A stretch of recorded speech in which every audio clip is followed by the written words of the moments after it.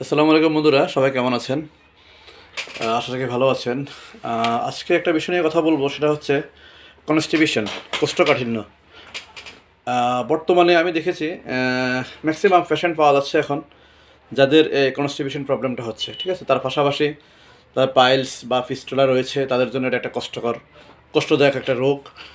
যে একটা পাইলস হলে বা আপনার ফিস্টুলা থাকলে যদি তার কনস্টিপেশন হয়, সেক্ষেত্রে তার স্টুল পাস করা অনেক কষ্টকর। হ্যাঁ, লং টাইম বাথরুমে সময় নষ্ট করতে হয়।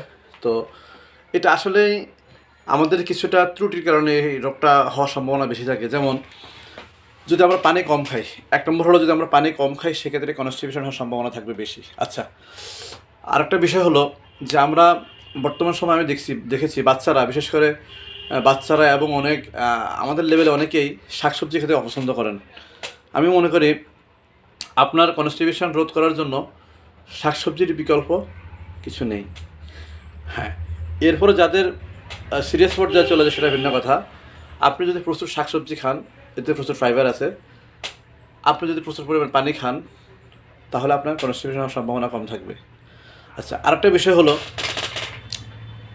কনস্টিপেশন থেকে মুক্তি পাওয়ার ঘরোয়া যে পদ্ধতিগুলো, সেটা আমাদেরকে জানতে হবে। হ্যাঁ, প্রচুর পরিমাণ পেঁপে, প্রচুর পরিমাণ শাকসবজি, প্রচুর পরিমাণ পানি ইত্যাদি আমাদের খেতে হবে। এটা খেলে কী হবে? আমাদের কনস্টিপেশন হওয়ার সম্ভাবনা কম থাকবে। এখন যাদের কনস্টিপেশন হয়ে গেছে, তাদের করণীয় কী? আচ্ছা, সেক্ষেত্রে কনস্টিপেশন তথা কোষ্ঠকাঠিন্য হলেই এটা আসলে একটা কষ্টকর একটা ডিজিজ আমি মনে করি।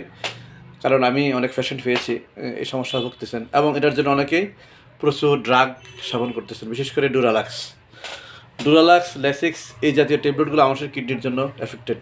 ঠিক আছে, এটা কিডনির জন্য প্রচুর ক্ষতি করে। আপনি যদি কন্টিনিউ ল্যাসিক্স অথবা ডুরালাক্স ট্যাবলেট খান, সেক্ষেত্রে আপনার কিডনির সমস্যা হতে পারে, কিডনি ড্যামেজ হওয়ার সম্ভাবনা থাকতে পারে। প্রচুর পেন কিলার খেলেও কিডনির সমস্যা হতে পারে।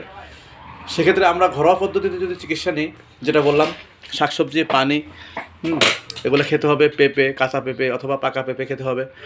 আর তার পাশাপাশি অর্গানিক কিছু প্রোডাক্ট রয়েছে, যেমন আপনার ইসবগুল, তারপরে আপনার সজিনা পাতা। হ্যাঁ, সজিনা পাতাতে প্রচুর ফাইবার আছে, এটা খেলে আপনার কোষ্ঠকাঠিন্য হওয়ার সম্ভাবনা খুবই কম থাকবে। আচ্ছা, তারপর কলা, পাকা কলা, দেশীয় কলা, হ্যাঁ, তারপরে আপনার ইসবগুলের বসি, সিয়াসিড বা সিয়াসিডের বীজ, হ্যাঁ, এগুলো রাত্রে ভিজিয়ে রাখবেন। ভিজিয়ে আধা ঘন্টা ভিজিয়ে পরবর্তীতে এই সিয়াসিডের পানিটা পান করলেও আপনার সকালবেলা আমাদের যে এই মিউকাস মেমব্রেনটা পর্যাপ্ত পরিমাণে হয়, সেক্ষেত্রে কোষ্ঠকাঠিন্য হওয়ার সম্ভাবনা কম থাকবে।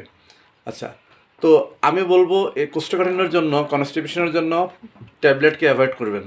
ট্যাবলেট কন্টিনিউ খাওয়া যাবে না, এটা শরীরের জন্য ক্ষতিকর। এটা মানে বলার অপেক্ষা রাখে না যে প্রত্যেকটা মেডিসিনই আমাদের শরীরে সাইড এফেক্ট করে, ডিরেক্টলি ইনডিরেক্টলি সাইড এফেক্ট হয়। সেক্ষেত্রে আমাদেরকে এই ওষুধ দিয়েই যে রোগ প্রতিরোধ করতে হবে এমন কোনো কথা নয়। হ্যাঁ, আমাকে আগে ঘরোয়া পদ্ধতিতে, তারপর ব্যক্তিগত কিছু কার্যের মাধ্যমে, খাওয়া দাওয়ার মাধ্যমে এটা থেকে পরিত্রাণ পাওয়া যায়। সেক্ষেত্রে অবশ্যই আমরা সবসময় এখন যত দিন যাচ্ছে তত আপডেট হচ্ছে। আগে ছিল ডুরালাক্স, পরে এখন ইজি লাইফ বা ইজিগো, বা অ্যাবডোলাক্স, এই জাতীয় ট্যাবলেটগুলো বের হচ্ছে এখন। হ্যাঁ, তারপর গ্লিসারিন সাবস্টিটিউট, এগুলোও বের হচ্ছে এখন। যত দিন যাচ্ছে তত আপডেট হচ্ছে। বাট আমরা ওষুধের পরিবর্তে চেষ্টা করব ঘরোয়া পদ্ধতিতে যে খাবারগুলো খেলে আমাদের কনস্টিপেশন হবে না, সেই খাবারগুলো আমাদেরকে খেতে হবে। এই বিষয়ে সচেতন থাকতে হবে, ঠিক আছে? তো আজকে পর্যন্তই। বাকি অন্য সময় এ সম্পর্কে আরও বিস্তারিত কথা বলবো। ধন্যবাদ সবাইকে।